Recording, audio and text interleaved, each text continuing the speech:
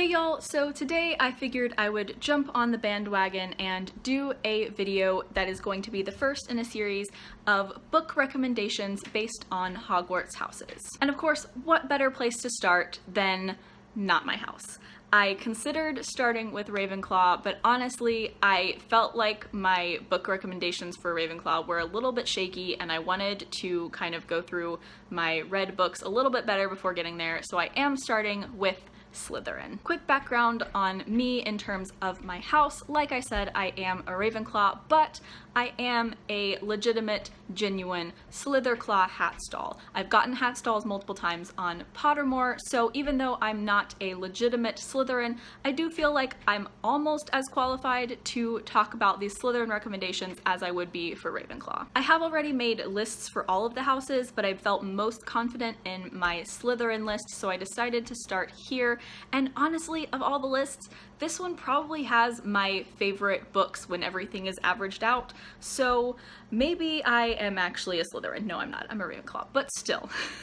I love these books. I've tried for all of these to choose books that I really, really love and would actually recommend versus ones that fit really well, but I only kind of like. So while I don't have any green clothes, because honestly it's one of my least favorite colors, I do have a lot of black. So all in black today, and I'm gonna go ahead and jump into my recommendations and kind of why I chose each of these books. First up, and the book that immediately came to mind, is the Death Note manga series by Tsugumi Oba. Death Note is one of my absolute favorite series, and while I think it's definitely very Slytherin, I do think that it could fit very well in Ravenclaw as well, so it's kind of a Slitherclaw hat stall like me, but I do think it fits very firmly in Slytherin. So the premise of Death Note is that there is this notebook called the Death Note, and a god of death drops it in the human world, and our main character, Light, discovers it. If you write someone's name in this notebook, they die, and when Light discovers this, he starts using the notebook to rid the world of people that he deems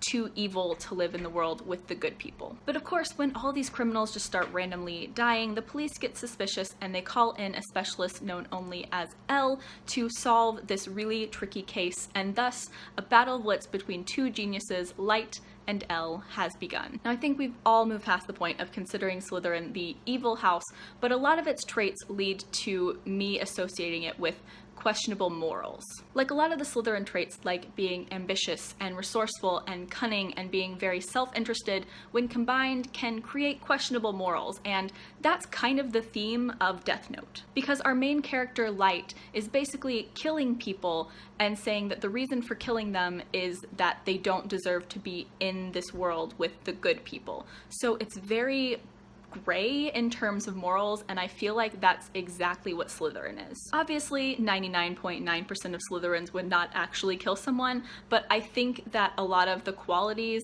that Slytherin holds very, very dear are things that can be found very readily in the series. And the reason that I think it skews very Ravenclaw as well is because these two key players, as I said, are essentially geniuses, and they have all of these very clever thought processes and different schemes, and they're just so brainy and well thought out that I think that it would really appeal to the Ravenclaw brain, and as a Ravenclaw, I absolutely loved it. Honestly, one of my absolute favorite things within this series was to see one of the characters come up with this really, really clever plan just for it to be foiled and outthought by someone else. It was super clever, and so that's why I think that Ravenclaws also would really love this, and like I said, I'm a Ravenclaw and I loved it. The next one that immediately came to mind for me was Battle Royale by Koshan Takami. You may also know this as the book that The Hunger Games copied. While I won't go that far, I will say that this is very similar to The Hunger Games in many ways, but I think this is way better, and it's also the one that did it first. The premise of Battle Royale is that it takes place in a dystopian society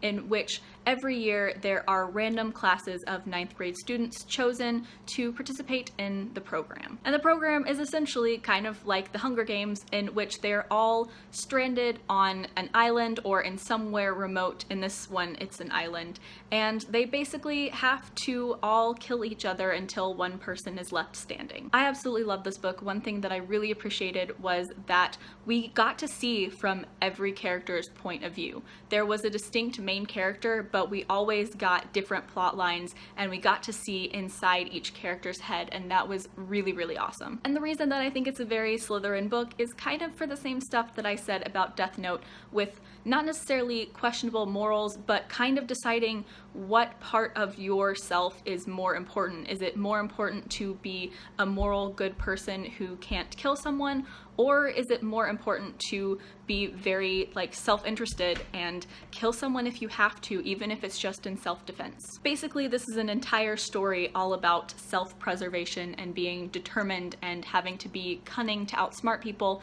and that just feeds right into what Slytherins are all about. So this is definitely one that I think of when I think of Slytherin. Next up is The Name of the Wind by Patrick Rothfuss. This is the first in a trilogy, but so far only the first 2 books are out, and this is the only one of the series that I have read, so I can't say anything about the rest of the series, but I do think that this first book is very Slytherin. The premise of this series is that there's this well-known enigmatic man named Kvothe who is basically telling his life story to a chronicler. And this is the story that he tells him on the first day, which basically spans from his childhood through his university years. And the reason that I think that this would be a very Slytherin book is because Kvothe himself is 100% definitely a Slytherin, and this entire book is basically just his life story. So we are following this very 100% Slytherin person around for the first 20 or so years of his life, and it's very intriguing, and I love this book so much. Kvothe is such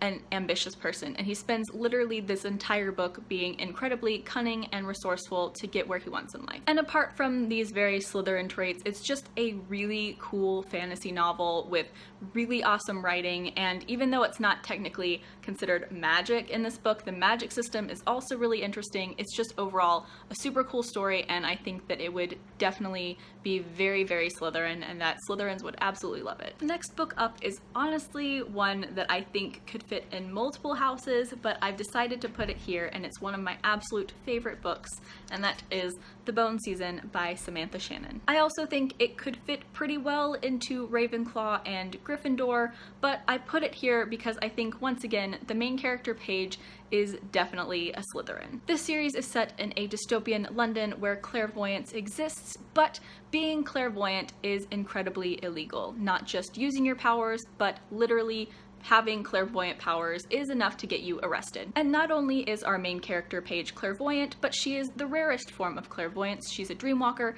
and she is part of a clairvoyant gang in the London Underground. And like I said, Paige would definitely be a Slytherin. She's very cunning, very resourceful, and definitely very determined. Another trait that's really associated with Slytherins is fraternity or group dynamics and leadership within that, and that is definitely very present within the series because of these underground clairvoyant gangs and all of the different groups dealing with that. So I definitely think that this is a very Slytherin book, although like I said, I think that Ravenclaw is also kind of a fit for this, and a little bit of Gryffindor too. So I have 2 more left, and these 2 have question marks next to them on my list because the last 4 I think were very decisive Slytherin books, and these 2 I think are a little bit more ambiguous but still definitely fit into Slytherin. And the first of those is Warbreaker by Brandon Sanderson. This is one of my absolute favorite books of all time, and I definitely think that it fits into Slytherin pretty well. It's very hard to explain the premise of this book, but essentially it takes place within a fantastical world where the magic system is called breath and uses color, and it follows basically 4 different characters more or less, and it has several weaving plot lines, and it's very intricate and super interesting. And like I said in the last few, the key players in this book are definitely Slytherin. They are very cunning and very resourceful and very ambitious and very determined, and it makes for a really intriguing story. And although I would say that there are a couple key characters that aren't necessarily Slytherins, they do have some traits that are very Slytherin about them. For example, there is a lesser god named Lightsong, who is my favorite character in the book, and although he is probably more of a Gryffindor, he does definitely have several Slytherin traits. Another of the more fascinating characters is named Vasher, and he's very, very mysterious, but he's also very, very cunning, very resourceful, very determined to get to his goal, and that's what makes him really interesting. All of these characters have very specific things that they're trying to make happen, and they all weave together into this big story all about cunning and resourcefulness and determination, and it's just so Slytherin, and it's, like I said, one of my favorite books of all time. It's so good. And finally, the last book on this list is probably the most ambiguous in terms of if it actually belongs in Slytherin, but it just gives me an overall Slytherin vibe, and that is The Diviners by Libba Bray. So The Diviners is a historical fiction paranormal novel that is the first in a series,